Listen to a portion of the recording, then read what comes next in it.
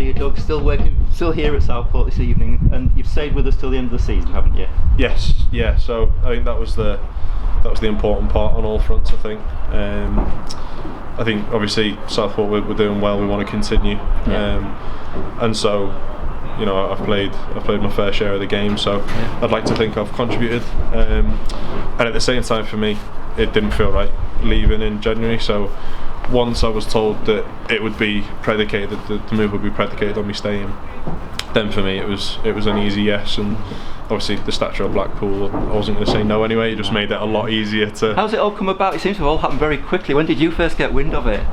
So I heard whispers last week, but I hadn't really put much thought to it. It's just one of those things, where someone's seen someone in the stand and tries to get something, and you're just like, you know what, I'm all right. I'm happy where I am, and I'm happy with the team. But no, then it was yesterday. Well, not yesterday. It was Sunday night. A whirlwind. Yeah, it essentially went from nothing to everything. Sunday night I got told that there was a bid accepted, and then it was sort of time for us to get for me to talk to him and stuff. And then that process didn't take long, but obviously deadline day it felt like years. So what actually happened yesterday? How did the day go for you?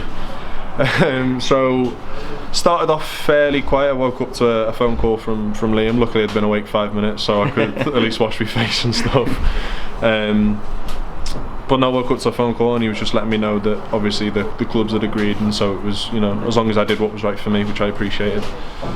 And then from then on, it was just about working out, obviously going from part-time to full-time, everything like that. It gives me a chance to finish my uni course. I was told, throughout the whole process that I'd be coming back. That was the plan, that I'd be coming back to Southport. And then from that point, I think everything was agreed by middle of the afternoon, 2 o'clock, something like that. At which point, obviously, 9 o'clock to get done, and then you're getting, ferried around the country. Well, I say ferried, I was driving, so but no, driving here, there and everywhere to try and get all the different sorts of things that need to get done. And then finally I actually managed to get down to Blackpool, or get up to Blackpool rather. Met the manager, met a few more of the staff, got a really, really good sort of impression. Felt welcomed, and then everything was sorted. And then next thing you know, I wake up this morning and everyone knows about it, and no, really excited obviously, but I think it's the right thing to do to come back.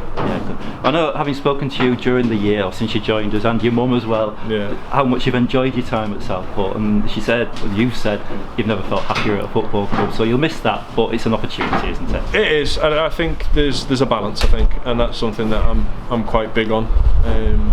Not just happiness in general, but a balance. You've always got to challenge yourself, and I'll never shy away from a challenge, but at the same time you've got to be happy. I've been at places before where the challenge might have been too great at the time, or I might have come at it a wrong way, and it's not enjoyable. You're not looking forward to playing, you're not looking forward to going into training, you're not looking forward to playing matches, or more so you're not going to play. Coming to Southport straight away, Liam involved me with the group. I can't actually say how grateful I am to the lads themselves. Just for the people they are. They've not done anything particularly special. They've just been a great group. I think Cam said on Saturday in his interview how important it is to be happy playing your football, and what that means to you at Southport. It's been good, hasn't it? I think not just happy, but confident as well. I think you can see that as we've knitted as a group through the year, as soon as the confidence has come, the results have come as well. So you put happiness, you put confidence together, and something special can happen, and that's kind of the feeling that we've got. So as much as we're on a great run, at times we might feel that, don't want to say it because I feel about to play a game, but you can't get beat. Don't want to jinx it, but that's the way you feel. You go into games with an expectation of, right, it's a win, not, what can we get from it? We go into every game now going, you know what, we're in this together. It's a small group, but there's no cliques, everyone's in it together, and you go and you're thinking, we can do something.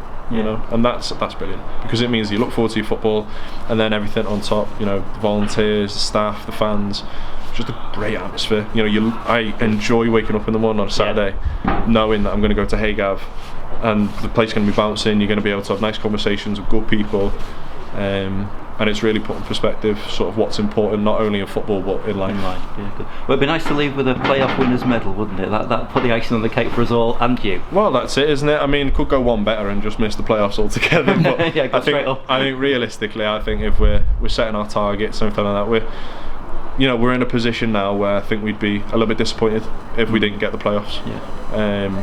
And then once you're in the playoffs, who knows? It's one game at a time. Anyone can beat anyone, especially with the quality of the league.